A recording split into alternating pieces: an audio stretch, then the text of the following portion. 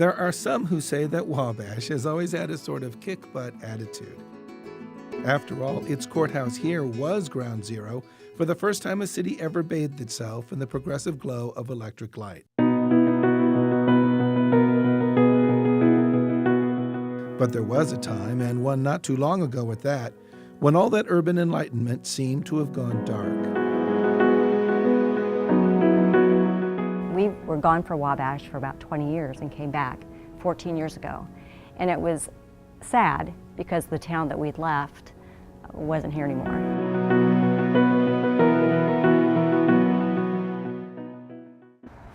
I get a lot of out of town people.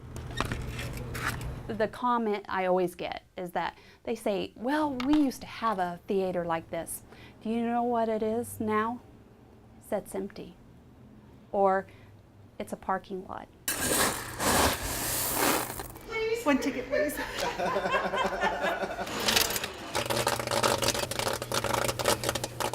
If there is a symbol for Wabash's current renaissance, it might be the Eagles Theater. Built in 1906, more recent times suggested that any sort of film entertainment for local townsfolk was destined to be in the nearest theater in the closest burb out of town. But no more. How much is it? You're getting off cheap. $4. Wow.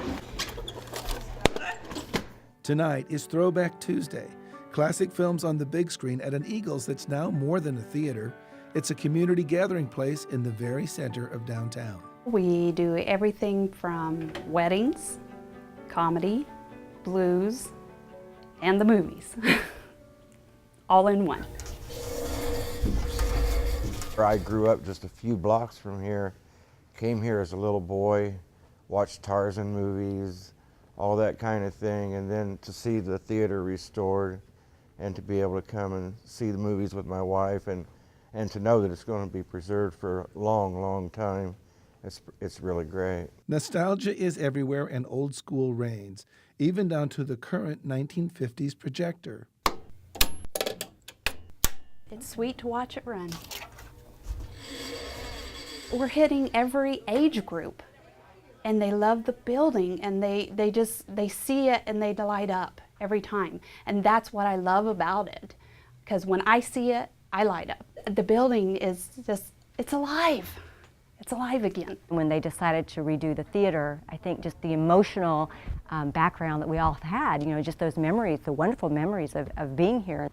It was hard to keep the tears back because this is the way it used to be. We could have torn it down and put in a multiplex, but it's a much different experience to go into a 1906 theater and watch in the same theater where 100 years ago people were watching some of the first films ever created. Now, it might surprise you to know who owns and runs the Eagles. A foundation, the Honeywell Foundation to be exact. It bought the building, raised the private funds to make the renovation a reality, and when they couldn't find just the right person to keep the venue up to its standards, it's involved in running it themselves. We knew that if we couldn't make it work, probably nobody could make it work. This is the Honeywell Center, and if a certain can-do spirit seems to be in Wabash's genes, it needed the catalyst of this man to show just how far that enthusiasm could be taken.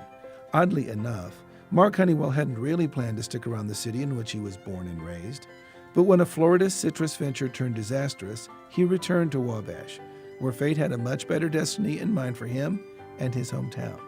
And if the name Honeywell rings a bell with you, Mark began to tinker with the creation of thermostats and heating control systems, and both a fortune and an empire evolved. Oh gosh, this is so cute. Upon the passing of his wife Olive, Mark built this section of the center in honor of her and his parents. Mark Honeywell, on the building dedication at the Honeywell Center, dedicated the building to the people of Wabash in the state of Indiana, and then he said, may it ever be useful to them. And that's really a mantra we live by. Late in life, Mark Honeywell remarried. Eugenia Nixon was a successful businesswoman in her own right who owned a newspaper chain.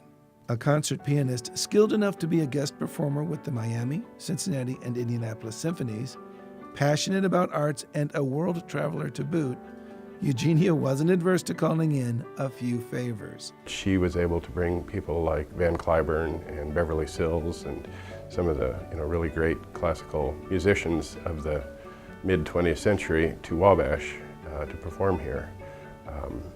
And that did set the stage and kind of set the bar for things to come later. First large coming in. Part of what's come later is this state-of-the-art Ford Theater, and one peek at the banners on the wall reveals the continuing Honeywell tradition of a guest list that would give The Tonight Show a run for its money. I think they planted that seed, and there have been people of like mind that have been able to continue that spirit. People of means can do anything they want, really. The real legacy is whether or not it continues after you're gone. Mark and Eugenia both were able to instill in the community a sense of that these things had value and were important. Now, if you're wondering how the foundation escaped the tribulations of recession, it didn't. We spent a lot of time cutting, trying to improve our bottom line, and we reached a point where we just couldn't cut any further without just cutting ourselves out of business. We took a leap of faith and decided that we were going to go big or go home. It was the only way to survive. We see ourselves as a regional entity that 74% of our ticket buyers come from outside of Wabash, so we kind of see it as this is our job and our duty to make sure that we're doing something that's not just for Wabash and Wabash County, but it's for this greater region. And what's really neat about it is because it's this greater rural region, so there's all these little towns out there that aren't getting this kind of service, and so we can be that for them. We can be that artistic provider. And that's what got our attention about bringing you this story in the first place. You're witnessing the revitalization of a downtown using many partners, but with art as the vehicle. The key? Making art relevant to the community. A prime example is the Honeywell House. Eugenia wanted her home to become a cultural destination, and so it has, with some 24 events, most of them free, offered each year, including cabarets, lectures, high school choirs, jazz, chamber music, and banquets, along with historical tours for third graders. House museums, as a rule, are kind of disappearing. We've been fortunate here in Wabash that that hasn't been the case, and I think it is because we make a very strong effort to be relevant to the community, as opposed to just that big old house down the street. Another relevance for the foundation is to be there in art residencies for schools, serving 45,000 students grades K through 12 in a dozen counties, and free of charge, proving whether it's museum homes, schools, or theaters, art is good for growing things.